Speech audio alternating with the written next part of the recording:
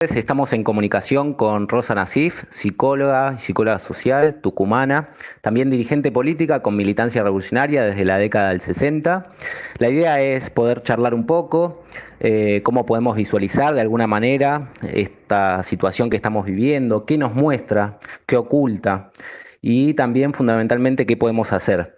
¿Cómo estás, Rosa? Muy buenas tardes. Hola, buenas tardes, Nahuel. Acá Gracias. estoy un poco extrañada de esta situación de tener que dialogar sin ver las caras más que la tuya. Bueno, por suerte es importante que veo la tuya, pero bueno, es parte de las condiciones que nos impone esta nueva situación. Exactamente.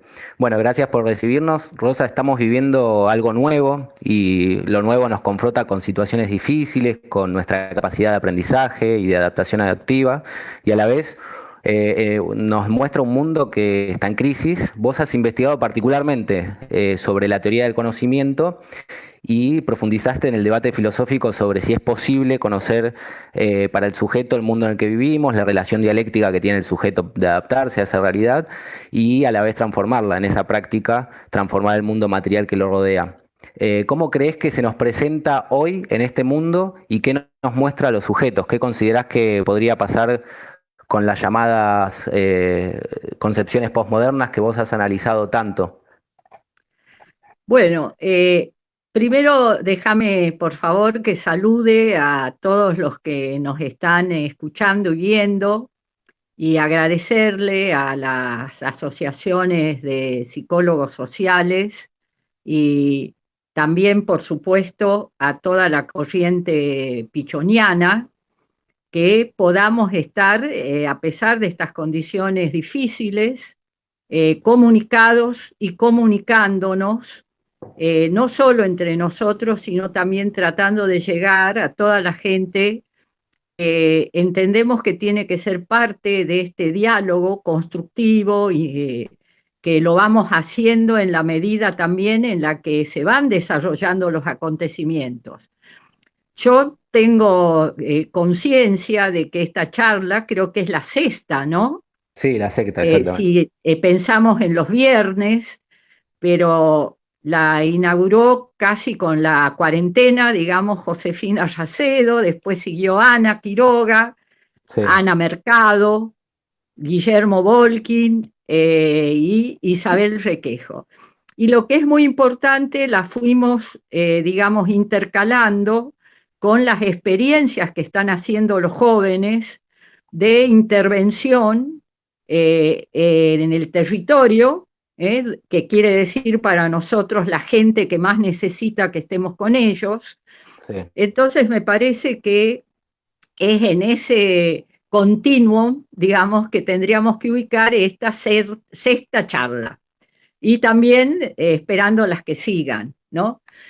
Yo creo que un primer registro es poder tener idea de que a pesar de que se mantiene esta situación de gran incertidumbre, de un cierto shock de estar encontrándonos en una situación que nunca habíamos previsto, al mismo tiempo no es igual que hace 6 semanas.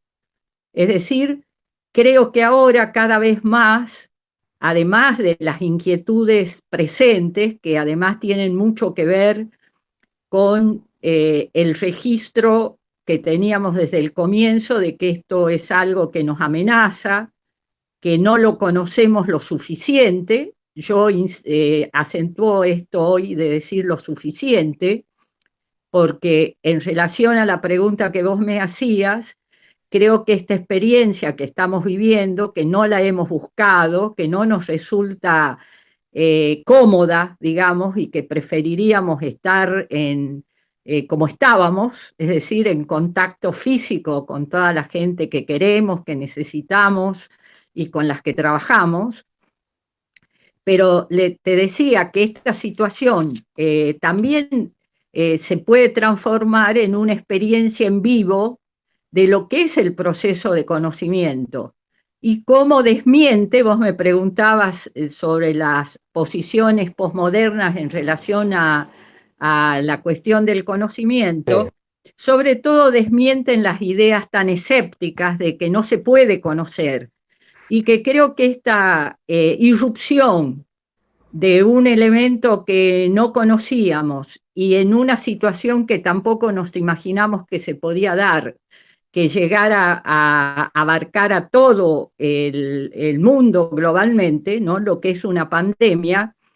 Te decía que al comienzo sí teníamos mucho la idea de estar ante lo desconocido, pero creo que ahora tenemos que registrar en una actitud también de cierto optimismo sobre las posibilidades que tiene hoy los seres humanos, de cuánto conocemos y tan rápidamente, si lo vemos en relación a otros procesos históricos de pestes similares, digamos. Claro, sí. Porque hay que recordar que no hace que esto, digamos, China lo hace público al comienzo de enero. Ahora se sabe que se sabía antes y lo ocultó. Dejamos este tema planteado porque a veces se habla muy bien de cómo China enfrentó la pandemia, pero se habla menos de las responsabilidades que tuvo, no solo en que se produzca esta epidemia, sino en que hubo tardanza en comunicarla, ¿no? Y las consecuencias de esta cuestión de querer tapar el asunto porque no le convenía políticamente, la pagó, entre otros, un médico que fue festejado luego por las masas chinas como un héroe, que fue el doctor Lin, que Sí. fue el primero que dijo que estábamos ante un virus que no se conocía suficientemente y fue ocultado porque no le convenía al régimen. Pero te decía que en muy poco tiempo, creo que en menos de 9 días, ya se sabía que estábamos ante un virus de la especie, digamos, de corona, ¿no? De Claro, los cuales hay por lo menos 7 que se conocen. sí. Y también a los 20 días ya estaba el genoma completo del virus este, que había en la forma, digamos así, en la mutación que se había producido en China. Y la Organización Mundial de la Salud, que también al principio no actuó con demasiada celeridad, y lo hizo conocer. Sí. Eh, digamos que dentro de esta posibilidad de conocer, nosotros festejamos mucho la gran conquista que fue lo del Malbrán, ¿no? Que permitió, con el esfuerzo de los investigadores, y siempre hay que recordar que el Malbrán sigue existiendo a pesar de los intentos de cerrarlo en este gobierno espantoso que tuvimos con Macri, ¿no? Por la Sí. lucha de los trabajadores. Bueno, Ujú. el Malbrán logró conocer el genoma particular, en realidad, de 3 distintas virus. No sé, yo mucho por ahí no uso los términos adecuados desde el punto de vista de la biología, Claro. pero es muy importante esto. Quiero decir, es importante rescatar, sin soberbia, la capacidad del conocimiento de los seres humanos de conocer la realidad. Digo sin soberbia porque también, digamos, en el comienzo estaba una de las cosas que nos sorprendió tanto fue que no esperábamos encontrarnos de pronto con algo que no conocíamos, que primero pensamos, como dijo Ana Quiroga en esa primera charla, que no nos iba a llegar, que estaba lejos, ¿no? Que era algo de China, y bueno, y que después íbamos a estar nosotros, como estamos en nuestro país, en esta situación de cuarentena, ¿no? Eh, Exactamente. Bien, no recuerdo qué más me preguntabas. Vamos a ir poniendo también para que la gente vea las preguntas ahí en vivo. Ahí está. ¿Cómo crees que se nos presenta hoy el mundo y qué nos muestra justamente la pandemia a los sujetos? ¿Qué considerás que podría pasar a las llamadas concepciones postmodernas que ya un poco le respondiste eso? Mira, yo creo que lo que nos presenta el mundo que se presenta hoy, uno puede decir que no es tan diferente al que teníamos antes de la pandemia, ¿no? Pero sí que está en una situación muy diferente, porque esta situación de práctica parálisis, digamos así, de una parte sustancial de la economía, y esta situación de la necesidad de un encierro para poder afrontar una pandemia, es desde ya un elemento muy disruptivo en la situación que se estaba viviendo. Es decir, uno podría decir que lo que muestra el mundo este que hoy tenemos es cuáles eran las enormes debilidades y además injusticias, desigualdades, etcétera, de la sociedad en la que nosotros vivimos. Y hablo a nivel mundial y hablo también en relación a nuestro país, ¿no? Porque demostró, por ejemplo, que el gran mito que ya, digamos, estaba bastante cascoteado, de que aquel llamado triunfo omnímodo del capitalismo era verdaderamente un triunfo, pero no implicaba un avance para la humanidad. Era un triunfo que significaba al mismo tiempo que había terminado de darse el golpe de gracia a aquellas sociedades que se habían edificado con supuestos mucho más igualitarios y más de justicia social que el mundo capitalista.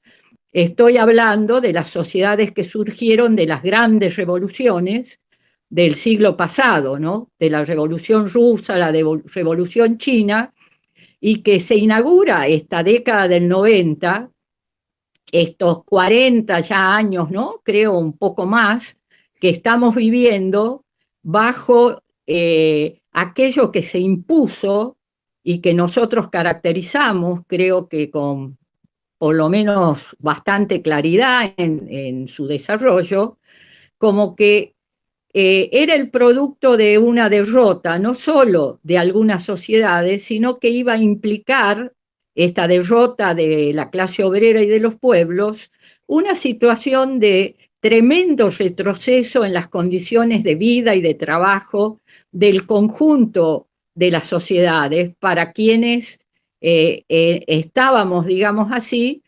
expuestos a lo que se desató como un gran revanchismo reaccionario y que terminó de desnudar, que es lo que hoy se ve claramente, cuál es el mundo este globalizado, llamado globalizado, para ocultar que esa globalización es una globalización bajo la égida del capitalismo imperialista, ¿no? Donde en realidad, lejos de haber la posibilidad de una cooperación entre los distintos países, que en una situación de pandemia como esta sería imprescindible, lo que se agudiza junto con esta situación tremenda para la humanidad es la disputa entre las distintas potencias para ver quién saca más rédito de lo que va a venir cuando se pueda salir, porque pensemos, esta es una de las certezas que tenemos que tener, que de esta situación se va a salir. Lo que vamos a charlar después, cómo pensamos que se puede salir o cómo se va a salir, ¿no? Por Exactamente. lo tanto, si vos me decís sintéticamente, demuestra, si vos querés, como un gran revelador, las tremendas desigualdades e injusticias que son la expresión de un sistema que, a pesar de todas las falencias que ha demostrado en este momento para hacer frente a las urgencias como esta que estamos viviendo, se mantiene y se va a mantener en la medida que no juntemos las fuerzas necesarias para volver a dar vuelta de cuajo estas condiciones sociales. Clarísimo, Rosa, los mensajes que van llegando son de mucha claridad. Pepe Ferro dice: se agudizan las contradicciones sistémicas que ya venían operando, se desmitifica la solvencia capitalista, posible encrucijada en la disputa geopolítica China y Estados Unidos. Así que entendemos que hay mucha gente que está siguiendo bien lo que vas diciendo.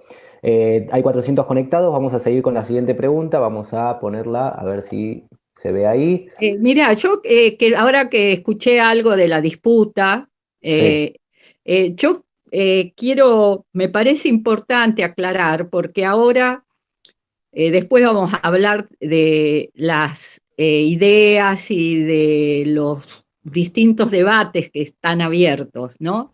Pero Sí, entre esas situaciones se habla mucho de China, ¿no? sí, Inclusive he estado leyendo, entre otras cosas, esto que se ha difundido como la sopa de Wuhan, ¿no?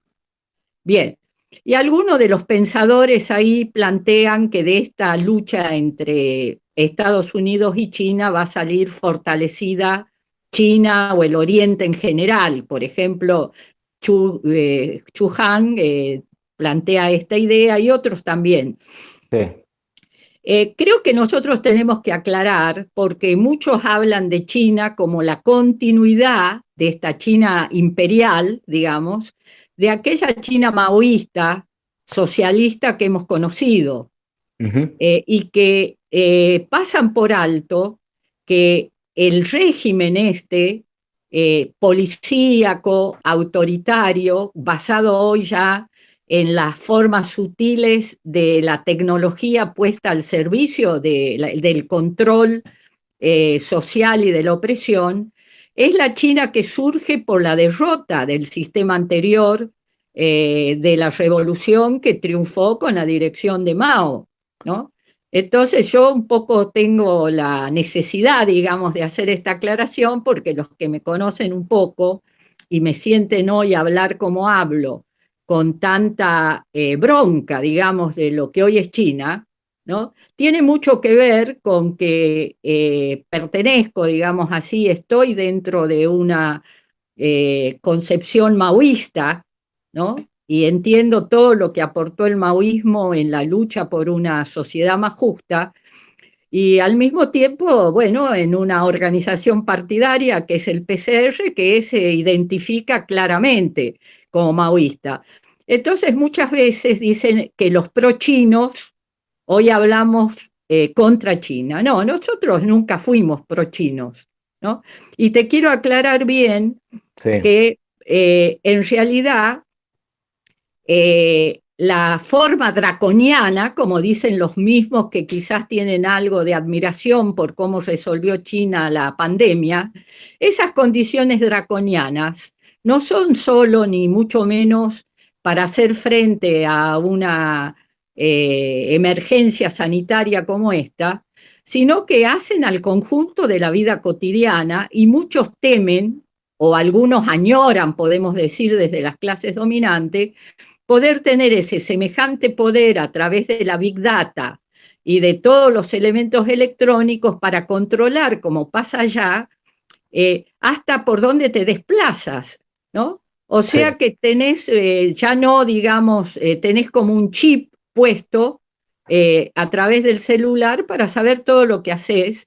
Y esto es una cosa que realmente no tiene nada que ver con una sociedad donde lo democrático y la libertad y demás tiene que ir íntimamente unida a la posibilidad de la igualdad y de la justicia social, y totalmente en contra de todos estos sistemas autoritarios.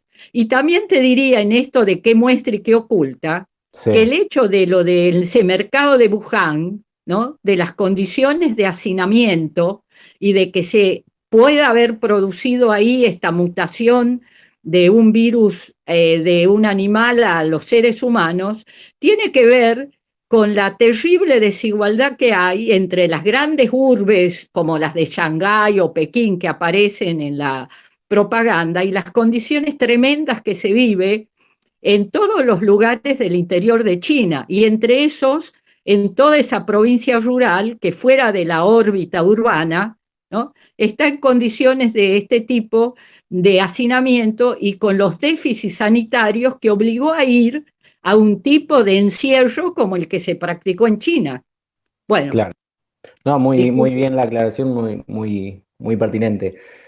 Siempre decimos los psicólogos sociales que es necesario conocer la realidad para transformarla, que debemos problematizar, criticar esa realidad, aprenderla y trabajar con otros con la intención de desinstrumentarnos. y lograr una operatividad que permita cambios posibles en función de las necesidades y la salud mental de los sujetos más golpeados en la crisis. Por eso también es necesario preguntarse, y te pregunto a vos, ¿qué crees que oculta al mismo tiempo este fenómeno que estamos viviendo? Bueno, yo ya dije algunas de las cosas que me parece que ocultan. Te voy a decir que la primera cuestión que se oculta, y ya sobre eso han hablado los científicos y filósofos, que, como por ejemplo Badiou, ¿no? Sí, Eh, que una pandemia no es el producto solo de la acción de un virus, o sea, que el agente patógeno solo no puede explicar el que se produzca una epidemia o una pandemia, que para eso es necesario que converjan a la vez determinadas condiciones sociales, económicas, estructurales.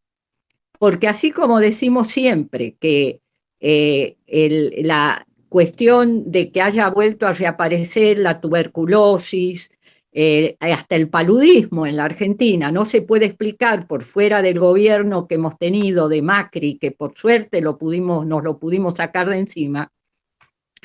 Dicho sea de paso, creo que todos pensamos lo que sería esto si en lugar del gobierno del Frente de Todos estuviéramos con Macri, ¿no? sí, Pero un bueno, desastre. de todos modos te decía que tienen que darse determinadas condiciones para que se pueda producir que, por ejemplo, estas que hablábamos de las condiciones de ese mercado en Wuhan y las condiciones de salubridad y de vivienda y demás que se da en los otros lugares. Si queremos hablar a la vez de una condición propia, especial, en la que esto adquiere la magnitud, la velocidad en la que se transmite y la extensión, digamos, mundial que tiene, tenemos que pensar en que tiene que ver con las condiciones estas de la interrelación, esto que llamamos globalización, de la rapidez de las comunicaciones, del lugar que ha adquirido, por ejemplo, dentro de la economía capitalista la cuestión del turismo, el hecho de que los viajes que antes eran esporádicos de un lugar a otro y las distancias se han hecho enormemente eh, más cortas, más rápidas de transitar, ¿no? Y al mismo tiempo, Nahuel, Sí. el hecho de que produjera tal catástrofe en países, no te digo, por ejemplo, donde para nosotros sonó la alarma, que es Italia, es imposible de explicar si no es como producto de las políticas que llaman neoliberales, que como estábamos diciendo es el producto de este triunfo despiadado, digamos así, del imperialismo por sobre los pueblos del mundo, que arrasó con todas las conquistas sociales, obreras y populares en el terreno de la salud, de la educación, de las relaciones laborales y demás que existían. Entonces, por ejemplo, un pensador muy interesante que es Berardi, ¿no? Y que analiza en particular la situación en Italia, explica en qué medida se redujo casi un 60% el presupuesto que estaba destinado a salud. Cómo se liquidaron la cantidad, cifras concretas, ¿no? Yo las tengo acá a mano, pero bueno, no voy a distraerlos con eso.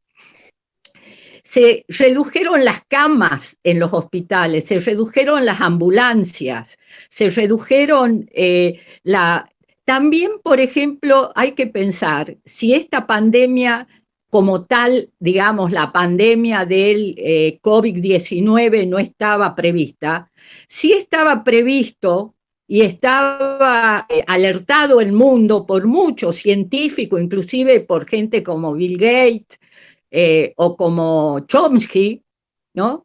De que era Sí. muy probable no solo una pandemia que nos iba a encontrar o iba a encontrar a los sujetos inermes por todo lo que se había destruido del sistema de previsión social, sino a la vez con lo que se está anunciando hace tiempo y tampoco se le presta oído desde los sectores dominantes porque va en contra de sus intereses, de las terribles catástrofes que pueden producir, si se están produciendo, por el medio ambiente destruido, por el calentamiento, etcétera, ¿no? Entonces, fíjate que esto es lo que se oculta. O sea, una de los que he estado leyendo en estos días dice con razón que podría considerarse que la magnitud, el grado de letalidad, el hecho de la cantidad de infectados y demás, además de deberse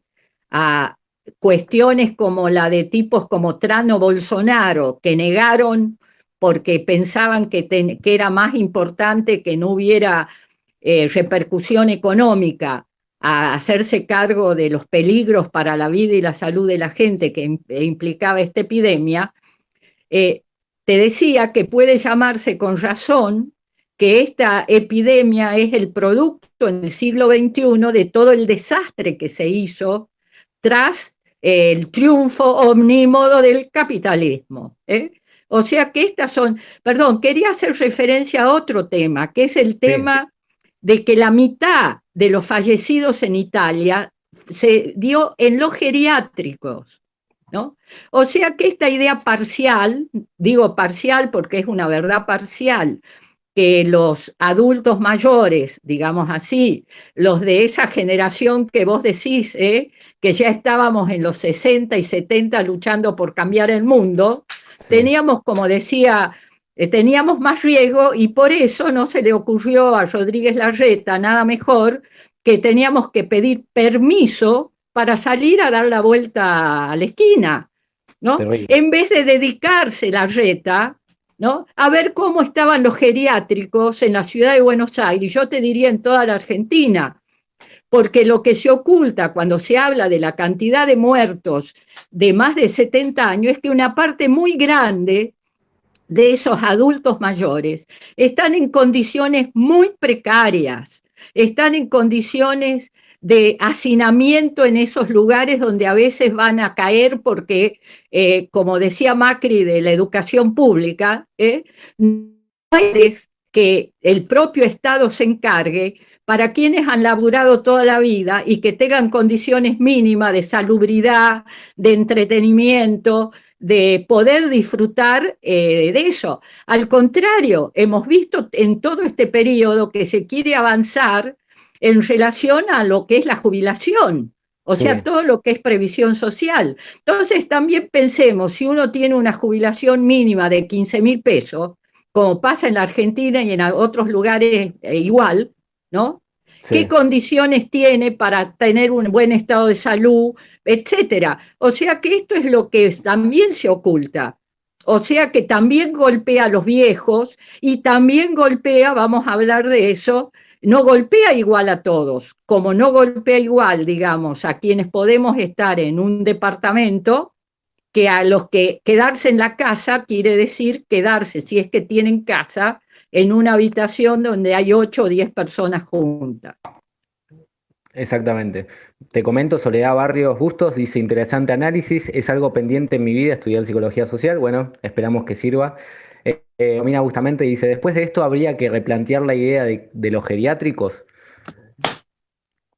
Viviana Larzábal dice, sí, de esta situación se va a salir, por supuesto. Los interrogantes que nos van a quedar son no solo cómo vamos a salir, sino también qué va a suceder en el después. Además de no dejar de registrar lo que ya está sucediendo, que me parece de gran relevancia tenerlo en cuenta para poder resignificar lo que haya que resignificar de ahora en más. Vamos a ir a la siguiente pregunta y después le comentamos a la gente. Vamos a hacer un corte para que podamos seguir desarrollando y ahí sí vamos a meternos un poco más con las preguntas de la gente. Bien, Rosa, también en esta experiencia nueva que jamás hemos vivido y ni siquiera habíamos pensado como posible, como vos decías, es un buen instrumento justamente para generar reflexiones y aprendizajes vinculados a la necesidad de cómo generar cambios y también sabemos, como vos decías, que hay sectores hegemónicos dominantes que van a tratar y están tratando durante y cuando todo esto también finalice de mantener la misma estructura social que vamos arrastrando. ¿Qué pensás en relación a la contradicción con los sectores hegemónicos dominantes que tratan de mantener la misma estructura social? ¿Cómo podemos pensar que se va a manifestar y desarrollar esta contradicción? ¿Será posible que se ponga profundamente en cuestión el debate sobre el Estado y que se logre un cambio significativo, sobre todo en lo que tiene que ver con la realidad de los más pobres, ¿no? Muchas preguntas juntas, ¿no? Sí, bueno, eh, a ver, para no repetir alguna de las cosas que ya he estado diciendo. Sí, Eh, por ejemplo, yo una de habla de para ir a los interrogantes y a las ideas que vos planteás, ¿no? sí, Muchos han planteado que este es un virus democrático, ¿no? sí, O que nos pone a nosotros en una situación de poder entender que todos somos iguales claro, de frente al igualdad. virus. ¿Mm? Sí, Bueno, a mí me parece que desde un punto de vista es cierto. O sea, hay hoy una causa, si vos querés, nacional en nuestro país, que es derrotar a la pandemia. En ese sentido, estamos unidos todos. Nos parece muy bien la medida que tomó en la situación que había en la Argentina, de situación del aparato de salud, etcétera, Alberto Fernández, de plantearse claramente que tenía bueno, que ir a una cuarentena y que lo principal era la salud y ser consciente de las consecuencias que iba a producir en la economía, pero que, bueno, fue una medida justa, es una medida justa y nos permite a nosotros y le permite al gobierno y a toda la institución de la salud el tiempo necesario para que estemos en condiciones lo mejor posible cuando se agrave la situación de Argentina. sí, Esto a la vez no oculta, digamos, que también la prolongación de la cuarentena y demás, como te decía antes, en la situación que hay es necesario, también es necesario esto que se está haciendo, de ir abriendo, digamos, paulatinamente, teniendo en cuenta siempre la cuestión de la salud, pero al mismo tiempo cómo vas abordando una situación económica que ya era, digamos, bastante crítica. ¿eh? No podemos olvidar nosotros que esta crisis que desata el virus, ¿no? sí, El coronavirus, es una crisis que se da sobre muchas otras situaciones de emergencias y crítica que hay en el país y en el mundo.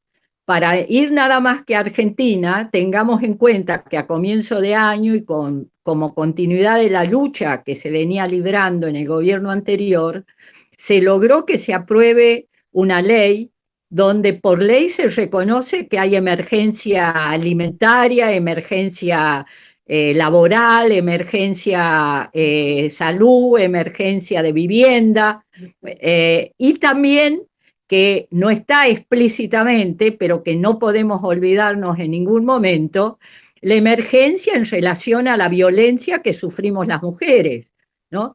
Situación de violencia que se ha agudizado y se agudiza en estas situaciones de encierro, donde no solo han continuado los femicidios, sino que han aumentado, ¿no?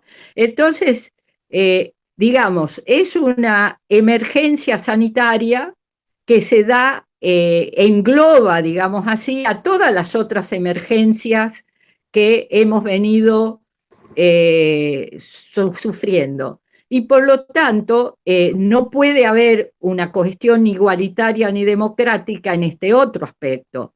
O sea, que el virus no golpea igual ni a todos los sectores sociales ni a todos los individuos, claro. ¿no? Entonces, en ese sentido hay que rescatar mucho lo que están haciendo las organizaciones sociales y lo que están haciendo los psicólogos sociales junto con ellos y otros profesionales, tratando de ir a apoyar a esa solidaridad activa, esa necesidad que tomemos en nuestras manos y que el protagonismo popular ayude, digamos así, a enfrentar esta situación tan grave, tan crítica, en ese 40% de pobreza que hay en la Argentina. Entonces, cuando cómo vamos a salir, y se dice, creo que el propio gobierno ha reconocido que va a haber 10% más de pobres, o sea, la mitad de la población argentina en la pobreza, es evidentemente un agravamiento de la situación que teníamos antes, ¿no? El gobierno ha tomado medidas que han sido positivas para auxiliar a ese sector, pero muy insuficientes. Por ejemplo, hasta hoy, como han denunciado, bueno, Juan Carlos Alderete, pero también otros dirigentes de las organizaciones sociales, que los alimentos no están llegando a los barrios. También, por ejemplo, en otro sector que sufre esta situación, que es la pequeña industria, las pymes, ¿no? Todo lo que se anuncia desde el punto de vista del gobierno, de auxilio, de créditos y demás, termina en ese embudo y cerrojo que son los bancos, ¿no? Sí, Por lo tanto, si vos querés, aunque hablemos de eso después, si la estructura donde vos decís cómo los sectores dominantes, bueno, acá si no se golpea, donde está una parte importante del poder real hoy en la Argentina, ¿no? Si no se avanza sobre los bancos, por ejemplo, que en su mayoría son grandes monopolios financieros imperialistas, ¿no? Va a ser muy difícil llegar aún con todos los esfuerzos que está haciendo el gobierno para paliar esa situación. O alguno puede imaginar que se usa mucho la metáfora de que estamos en guerra, ¿no? sí. Que en una guerra un gobierno va a estar discutiendo y aceptando el chantaje de que si no pagas sobreprecios no te voy a dar los alimentos imprescindibles o no vas a tener barbijos, ¿no?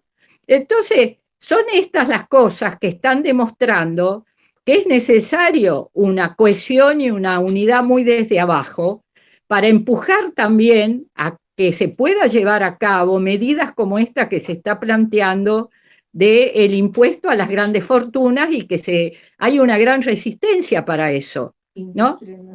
Bien.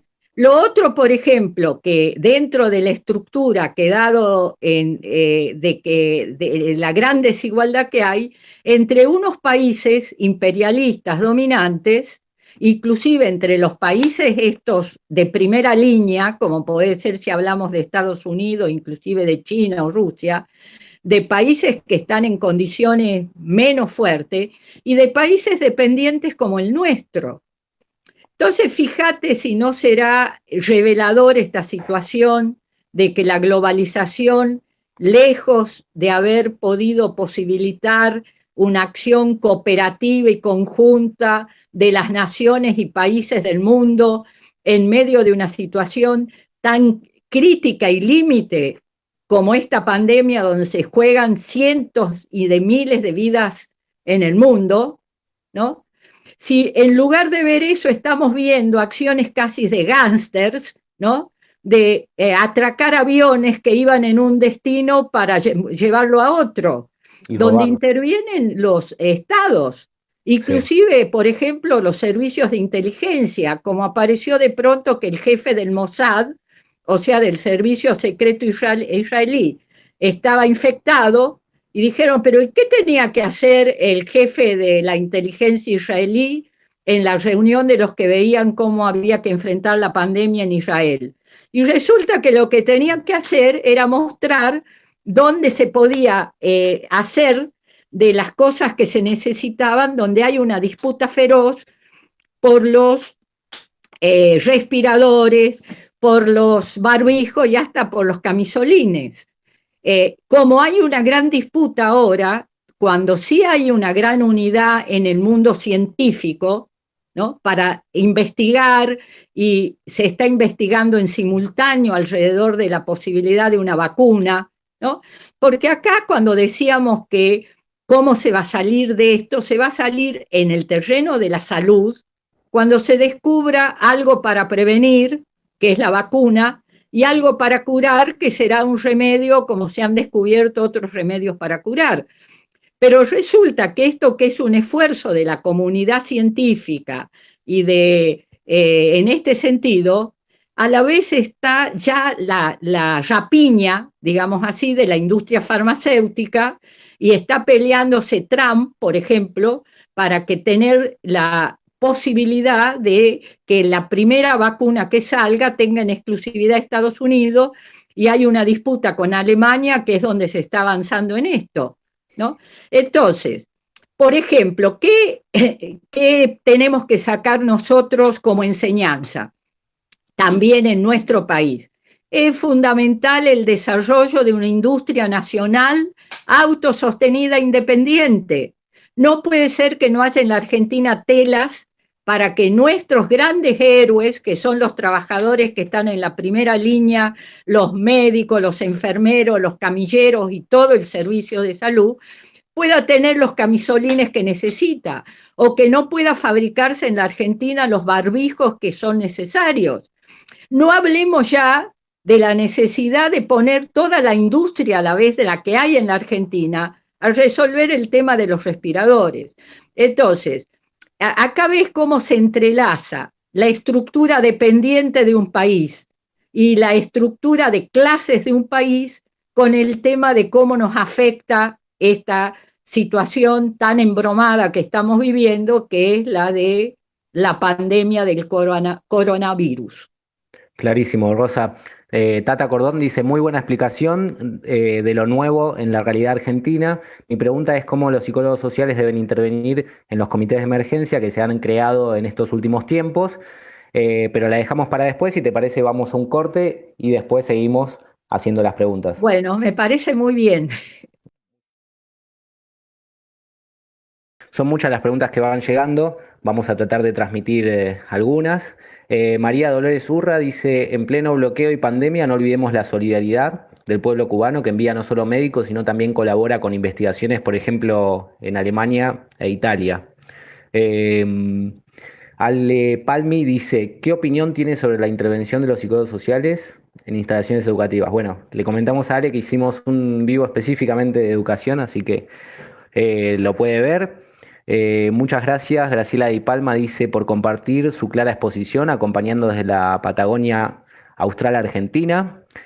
¿Querés decir algo en relación a lo que decía María Dolores Urra del pueblo cubano, Rosita? Sí, creo que realmente es una cosa encomiable, y tenemos que estar siempre admirando lo que es el esfuerzo y la solidaridad que ha mostrado siempre el pueblo cubano, y la firmeza en la defensa, si querés, al bloqueo y a la agresión yanqui, del gobierno y del pueblo cubano. Acá se ha despertado un debate de si aceptamos o no que vengan médicos cubanos. Creo que es una discusión que está.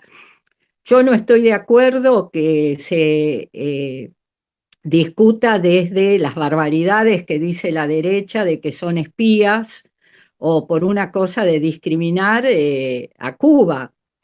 Sí creo, creo que han planteado, creo que es el planteo del propio gobierno de la provincia de Buenos Aires, que van a seguir tratando de que sean los profesionales que hay en Argentina, médicos y demás, que se puedan trabajar, y los que están acá. Pero si nadie, creo que desconoce que hay una formación en medicina y una investigación en medicina en Cuba muy avanzada. Bueno, los que me conocen saben a la vez que yo entiendo que realmente el proceso de la Revolución Cubana quedó muy dado a partir de la dependencia que tuvo en un momento con la Unión Soviética y demás, pero eso no tiene nada que ver con que nosotros siempre tenemos que estar dispuestos no solo a valorar la solidaridad del pueblo cubano, sino a dar nuestra solidaridad con activa frente a cualquier intento de agresión a la nación y al pueblo de Cuba. Bien, clarísimo.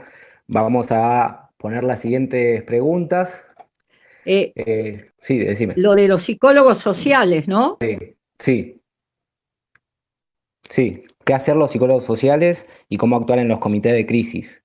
Preguntan. Bueno, yo te decía al comienzo que me parece muy valioso que no solo a través de las intervenciones que se pueden encontrar en el canal de YouTube de ustedes, o sea, del APSA, una gran asociación de Ujú. carácter federal, que es muy importante.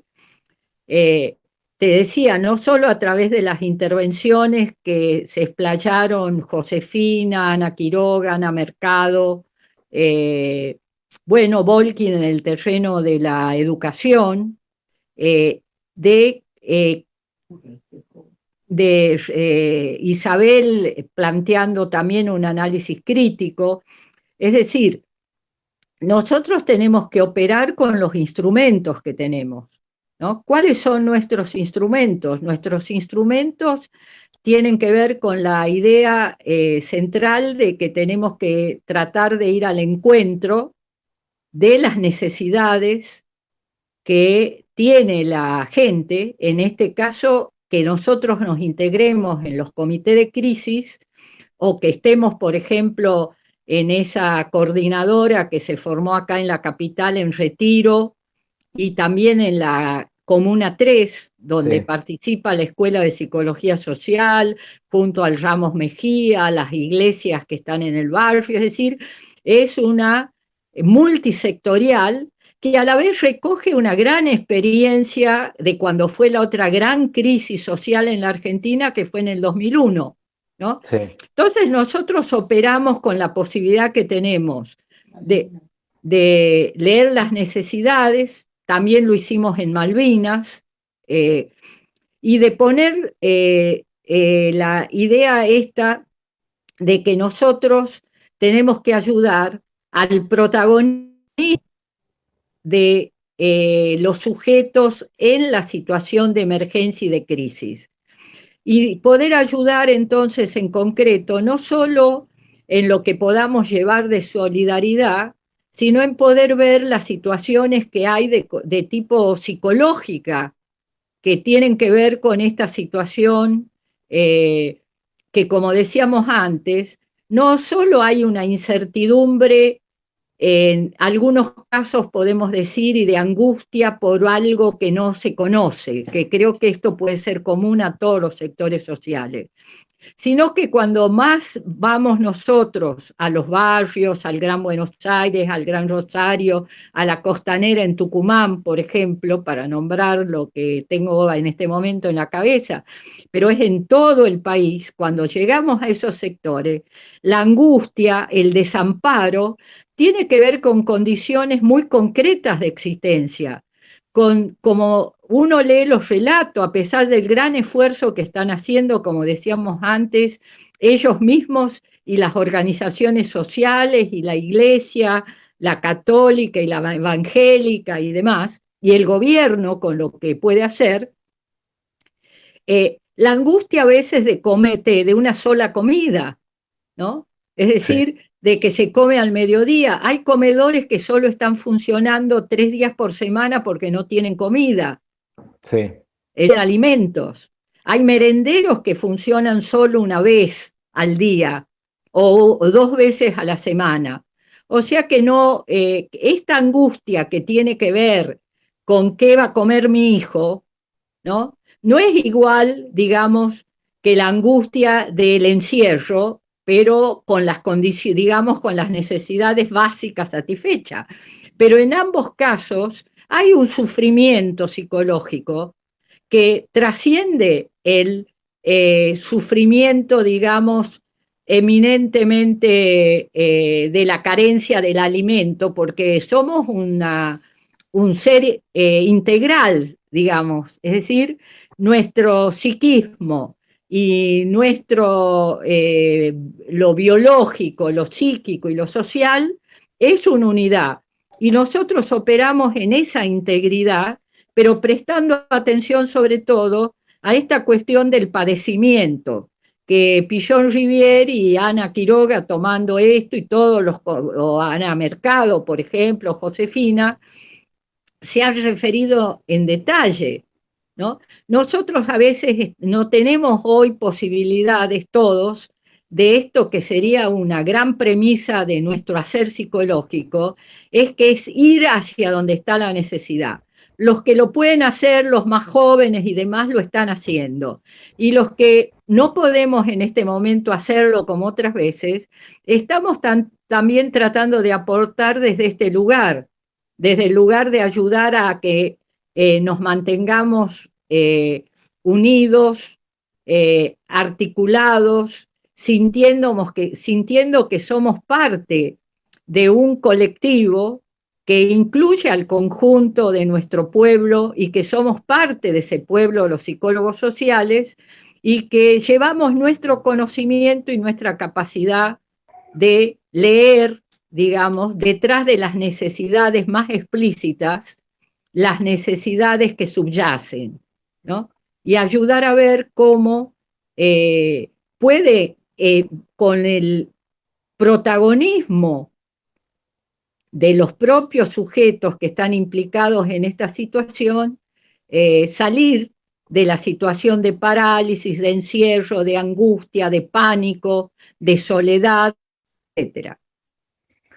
Perfecto, clarísimo. Te voy diciendo algunos comentarios que van llegando. Germán Manzanares, Tonier dice, hola, ¿qué tal? Mucho gusto. ¿Cree que esta crisis puede desestructurar el sistema capitalista? Bueno, algo de eso ya te has referido. Me gusta el concepto de solidaridad activa, dice. Gabriela Viviana Patacini dice, actualmente hay dos líneas de análisis en relación a los efectos de esta crisis global. Algunos analistas sostienen que se va a profundizar el Perdón, capital. Nahuel, te escucho muy bajo esto último. Bueno, a ver ahí si me escuchás mejor. Te decía que Gabriela Patacini dice, actualmente hay dos líneas de análisis en relación a los efectos de esta crisis global. Algunos analistas sostienen que se va a profundizar el capitalismo, mientras que otros sostienen justamente lo opuesto, planteando la necesidad de un socialismo recreado en el marco de los nuevos contextos. ¿Cuál es tu postura al respecto? Dice. Bueno, ¿querés que empiece por esa?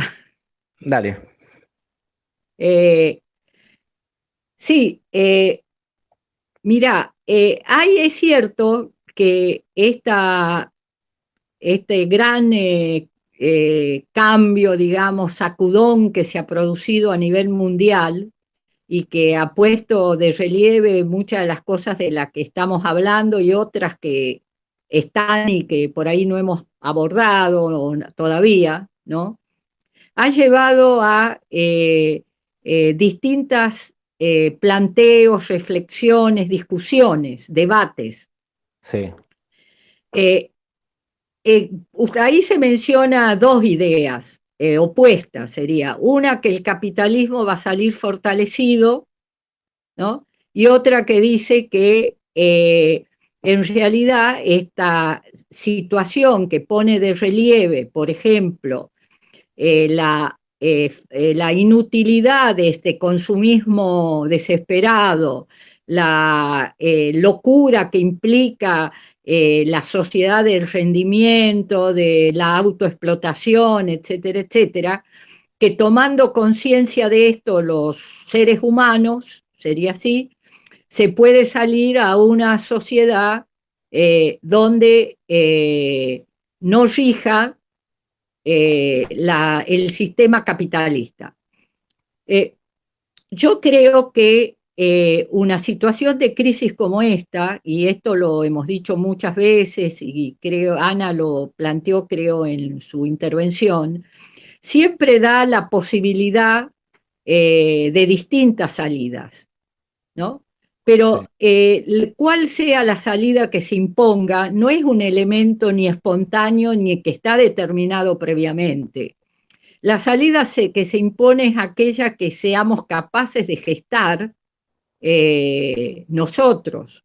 sobre todo si estamos pensando y estamos, tenemos la convicción, como la tenemos en este caso, de que hay algunas de las cuestiones que se plantean como negativas, que coincidimos totalmente en el carácter funesto que tienen, pero que son inherentes a todas las formas en las que se puede dar este modo de producción o este sistema de relaciones de producción que es el capitalismo.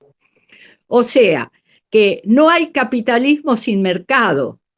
Por lo tanto, esta idea de que puede haber una salida sin terminar con el sistema capitalista, sino como alternativa dentro del sistema donde no predomina el mercado, es en realidad una idea, podríamos decir, utópica, porque es cierto que el Estado puede y tiene que tomar aún dentro de este sistema mucho más elementos de regulación, pero no va a cambiar la desigualdad inherente que existe. Es decir, no va a poder mitigar alguna de esas cosas y nosotros estamos de acuerdo, inclusive proponemos que tiene que haber, no estoy de acuerdo con la idea de un Estado presente o ausente. El Estado está siempre presente. Claro. El problema es en qué dirección. Nosotros, por ejemplo, supimos en el gobierno anterior de un Estado muy presente, por ejemplo, para garantizar a que un sector de CEOs y de grandes monopolios financieros y económicos, ¿no?, se la llevaran, como se dice, con palas. Ahora, acá la idea de la posibilidad de resolver una igualdad dentro del sistema capitalista, por ejemplo, inclusive Piketty, ¿no?, que ha hecho investigaciones muy serias sobre el capitalismo en el siglo XXI y ha demostrado que con el desarrollo del capitalismo, lejos de achicarse las diferencias y la desigualdad, se habían ampliado enormemente. Y propone cosas dentro del capitalismo para mitigar eso, ¿no? Pero inclusive esas cosas, como por ejemplo impuesto a las grandes fortunas, nosotros vemos que en un país como el nuestro, donde se quiere hacer una cosa verdaderamente tibia, ¿no?, de tocar a 12.000 grandes fortunas que tienen miles de millones de pesos y en dólares, ¿no?, tiene una resistencia tremenda. Ahora, puede hacerse eso, pero eso simplemente hará que este mundo sea un poco menos desigual. Yo creo que eso es muy loable y que tenemos que pelear para que dentro de esto ir achicando esas grandes injusticias y esas grandes diferencias. Pero poder ir a realizar este anhelo, yo diría milenario, de los seres humanos más desprotegidos, que es de llegar a una sociedad iguales, ¿no?, que recorrió distintas etapas, primero como anhelo, pero llegó a poder resolverse, a mi entender por lo menos, en un análisis científico de la sociedad, que lo hace precisamente Marx, que es el que analiza el capital, ¿no?, y ese modo de producción, analiza que la ley que implica, la ley que rige de la ganancia como motor del desarrollo social, es una ley intrínseca a este sistema, y en la etapa a la vez del imperialismo es la máxima ganancia. Por lo tanto, nosotros podemos frenar algo de esto. Es decir, podemos dar, como por ejemplo hemos hecho en Argentina y se ganó en Famatina para que no haya una minería a cielo abierto que destruya todo, por ejemplo. Pero a la corta o a la larga, si no frenamos nosotros este sistema y lo damos vuelta, ¿no?, va a ser imposible que no se siga depredando la naturaleza. Ya vemos nosotros que después de todos los acuerdos que ha habido para ir reduciendo el calentamiento global, ¿no?, viene un tipo como Trump o algún otro y dice no estoy de acuerdo y se abre, o un tipo como Bolsonaro en Brasil que está depredando todo lo que es el gran pulmón del mundo que es el Amazonas, ¿no? Sí. Entonces, te diría para redondear esta idea, ¿no? Eh, yo creo que esta conciencia que se ha tomado mucho mayor y más profunda que la que había antes, de que es necesario terminar con una cantidad de lacras en las que van la vida de los seres humanos, ¿no? Puesto así ya por como nos tienen los medios en una cosa que ya satura, ¿no? Sí. Pero que todos los días se ve que ya hay 2 millones y tanto de infectados, pero hay 24 millones de desocupados en Estados Unidos, ¿no? O sea que la crisis que se avecinaba, nueva crisis del sistema capitalista después de la del 2007-2008, se precipita con esta situación, pero no es que la única causa está en la pandemia, ¿no? Y de estas crisis el sistema capitalista sale como sale siempre. O sea, la pregunta que es pertinente hacer es hacia dónde se va a descargar esta situación. Es decir, si seremos capaces de impedir esta vez que se la descargue, como se ha hecho en toda el sistema capitalista, sobre los sectores populares, obreros, campesinos, pobres y demás, y sobre los países oprimidos y dependientes como el nuestro, ¿no? Entonces, es muy interesante la discusión que está planteada y yo creo que tenemos que, sí, poder pensar que dentro de alguna de las cuestiones que nos parece que estamos discutiendo como que no coincidimos, hay muchas ideas muy valiosas, ¿no? Yo hablaba, por ejemplo, la de Andrés Badiou, que me Sí. parece muy interesante el análisis que hace. Como dije otras veces, Chuján tiene mucha lucidez en la crítica, pero termina, como muchos otros, en una idea de que la salida está en una especie de reconstrucción individual, es decir, de una deconstrucción, como dicen, ¿no? Donde, por ejemplo, Chu insiste en la idea de que ahora que hemos visto que es posible y no se termina el mundo porque estemos con más descansados, digamos, ¿no? Es posible que el vértigo y la locura y el consumismo loco y demás nos haga reflexionar y zafemos de eso. Clarísimo. Pero salvo en una idea, digamos, de una alternativa en el sistema, también como plantea Harvey, por ejemplo, ¿no? Que dice que se puede revalorizar lo que sería una economía, bueno, lo que acá se difunde más como la economía popular, por ejemplo, ¿no? Bueno, evidentemente esas son, como quien diría, pequeños remedios para una enfermedad muy grave, ¿no? Como todo remedio no hay que subestimarlo, hay que tomar todo lo que haya, pero para curarnos de esta pandemia social que es el capitalismo con sus políticas que las conocemos como neoliberales, pero también para poder inclusive poner, yo entiendo, en orden algunas ideas, ¿no? Se habla mucho del plan Marshall y del sistema de bienestar, del estado de bienestar, como si el estado de bienestar en Europa hubiera sido el producto del altruismo de Estados Unidos y su plan Marshall, ¿no?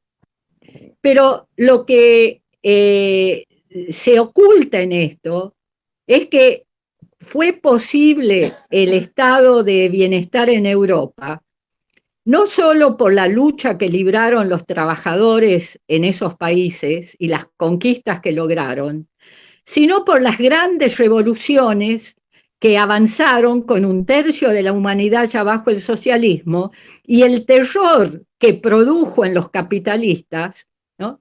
De que eso avanzara con el prestigio que tenía sobre una parte importante de Europa, como estaban con un gran peso de los comunistas en Italia, en Francia y en otros países, ¿no? Entonces fue, digamos así, una conquista que a la vez fue concedida, descargando además y haciendo pagar por eso que se concedía en los países centrales a Argelia, a los franceses y a cada una de sus colonias y de países oprimidos, los países de Europa y Estados Unidos en nuestros países, fue posible en ese momento de avance, digamos así, de la clase obrera y de los pueblos en el mundo. Y que en este momento el retroceso que hemos visto en toda la línea, pero que hoy se hace sentir particularmente en la salud devastada por las políticas que llaman neoliberales en Europa, ¿no? Salir de esa situación va a ser posible a partir de una nueva contraofensiva, digamos así, popular, que se está gestando, porque no tenemos que olvidar cuando pensemos cómo vamos a salir de esto, que nosotros hemos estado viviendo movimientos extraordinarios en los medios, en todo el mundo y en particular en nuestra América. Pensemos, por ejemplo, la lucha de los hermanos chilenos, porque Piñera pensará que junto con la pandemia se van a terminar las protestas en Chile, pero para eso tendrían que terminarse los grandes, gravísimos problemas sociales, muchos que todavía continúan lo de la dictadura de Pinochet que se vive en Chile, y el extraordinario movimiento de mujeres, la enorme ola verde, ¿no? Donde las nuevas generaciones han tomado las banderas de las luchadoras también de hace muchos años y están dispuestos a no retroceder, o alguno cree que los chalecos amarillos en Francia van a volver después a esperar que el capitalismo se endulce, ¿no? O que recapaciten, o que entiendan que el mundo tiene riquezas suficientes para alimentar a los millones de seres humanos. Nunca lo van a entender por las buenas porque va en contra de su naturaleza. Es decir, en la naturaleza de los pueblos está la que hay que luchar y hay que seguir luchando y cada uno aportando desde lo suyo, pero todos teniendo claro algo que también nos enseñó Pichon Rivière cuando fue a Tucumán allá a fines de la década del 60. Porque nosotros que veníamos luchando contra la dictadura de Onganía y en las calles con el movimiento estudiantil, encontramos en esta psicología social la coherencia entre nuestra lucha en las calles y nuestra lucha por llegar a ser psicólogos. Y muchos tenían la ilusión y le decían a Pichon que con esta psicología social se podía cambiar el mundo, ¿no? Y Pichon dijo, no nos equivoquemos. El mundo se cambia desde la política. Las sociedades se cambian desde la política, para lo bueno y para lo malo. Políticas nefastas, como las que hemos vivido y se están viviendo en algunos países del mundo, ¿no? Se cambian de otras políticas que luchen además por el poder en ese país, porque la política es lucha por el poder. Y entre las ideas que hay en esto que se está discutiendo y que hablábamos de la sopa de Wuhan, sí, hay muchas ideas que denostan de la política y jerarquizan otros aspectos, digamos, de la práctica humana que son muy valorables. Es comprensible denostar de la política que predomina, que es la política de los intereses estrechos, de la corrupción, de gobernar para cada uno sus bolsillos, bueno, todo lo que hemos vivido nosotros y conocemos bien. Pero hay otra política, ¿no? Y tenemos que estar convencidos que conocer la realidad para transformarla hay que hacerla cada uno desde el lugar donde está. O sea, los psicólogos sociales, de nuestro rol de psicólogos sociales, los médicos, los enfermeros y demás, que no me puedo no puedo dejar de pensar en ellos, que además son una de las propias víctimas de esta enfermedad, pero no por razones de la naturaleza del virus, Claro, sino porque están faltando y han faltado en países con mucha guita, ¿no? Los insumos necesarios para proteger a nuestros salvadores, digamos, en el momento de la enfermedad. Pero para no irme del tema que estaba planteando, cambiar la sociedad, dar vuelta el viento, como decía Mártires López, exige la organización y la lucha política del pueblo, de la clase obrera y del pueblo, que se plantee realmente, no pensando que hay que reeditar experiencias que nosotros valoramos como avanzadas, pero no pensamos que eran perfectas ni mucho menos, sino para construir en nuestro país una sociedad verdaderamente igualitaria, democrática, con protagonismo popular, donde la salud sea un derecho y no un negocio, ¿no? Donde la educación sea un derecho y no un negocio, y del que se pueda disfrutar de conjunto. Y esto, lejos de ser utópico, es mucho más utópico, lo digo con mucho respeto de los que piensan otras cosas, ¿no? Que se puede convencer a los que disfrutan y fagocitan a los seres humanos y a los países desde los grandes centros imperiales, de que se convenzan por esta pandemia de que es hora de que cambien y de que sean mejores, etcétera. Ahora, nosotros sí creo que podemos tener un gran impulso a partir de la conciencia que se ha creado de que esto hay que cambiarlo, que así no va, ¿no?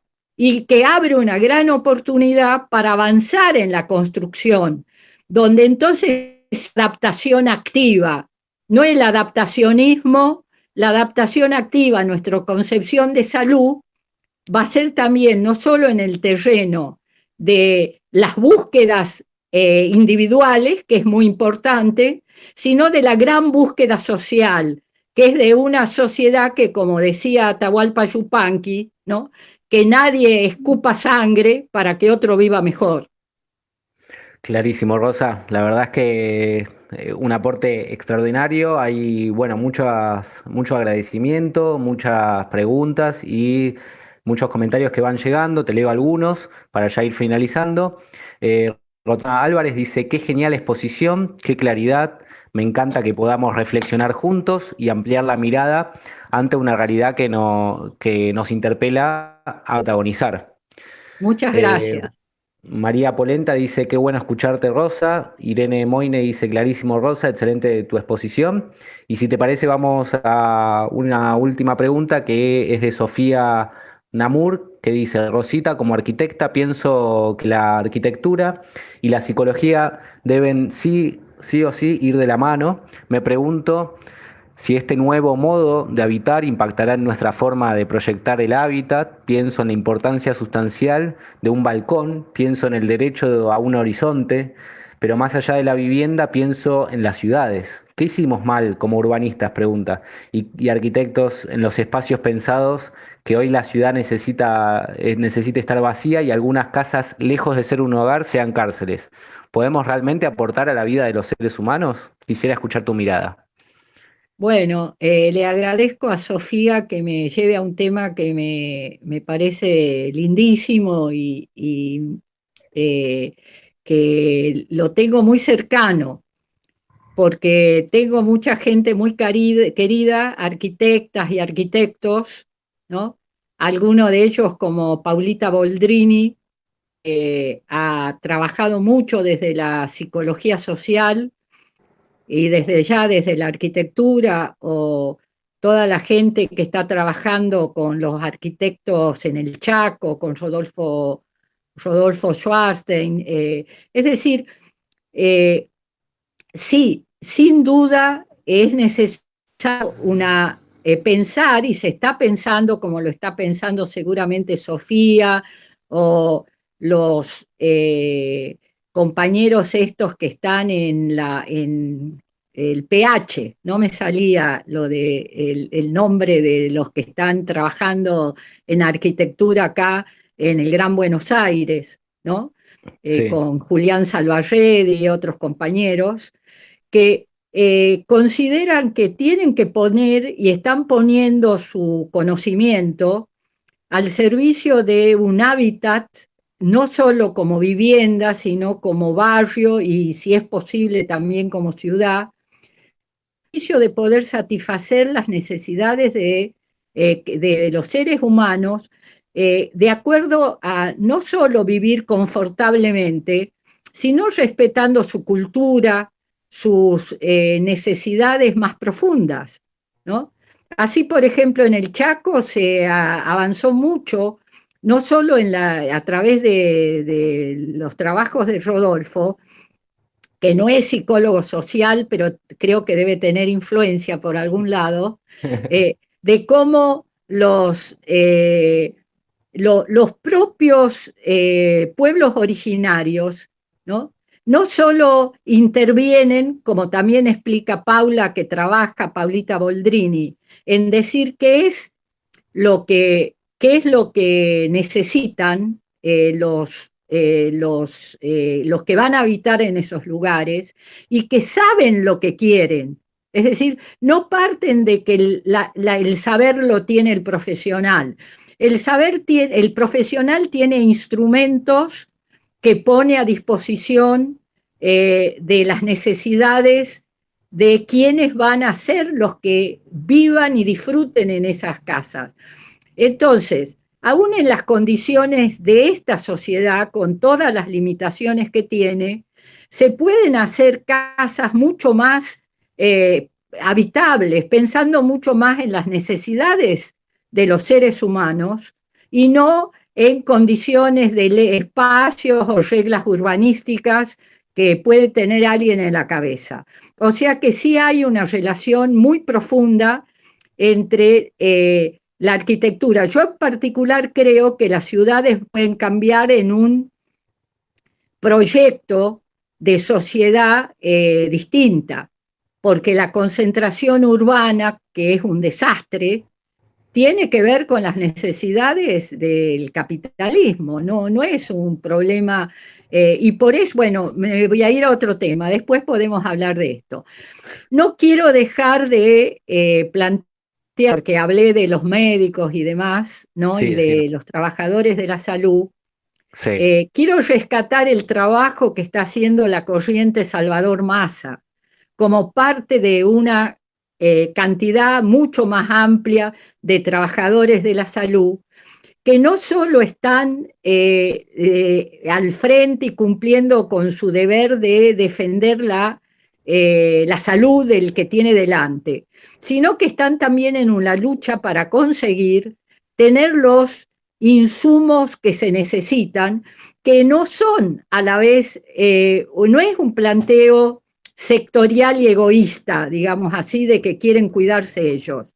Pensemos que sin ellos tampoco pueden curarse y cuidarse los que llegan con la enfermedad y la infección, ¿no? Y que estamos asistiendo entonces hoy en Argentina, pero en Italia y en otros países y en Estados Unidos y en Nueva York, ¿no? No solo se muestran las estadísticas que el 60% de los que fallecen son negros, o sea, afroamericanos, pero como dicen, negros y latinos, sino que también hay un gran porcentaje, arriba del 15%, de trabajadores de la salud. Entonces, bueno, así como hablé de la corriente pichoniana, de los movimientos sociales, de la CEPA y las otras corrientes estudiantiles, no estoy pasando un aviso porque sí, sino que lo paso porque creo verdaderamente que ellos junto con muchos otros, ¿no?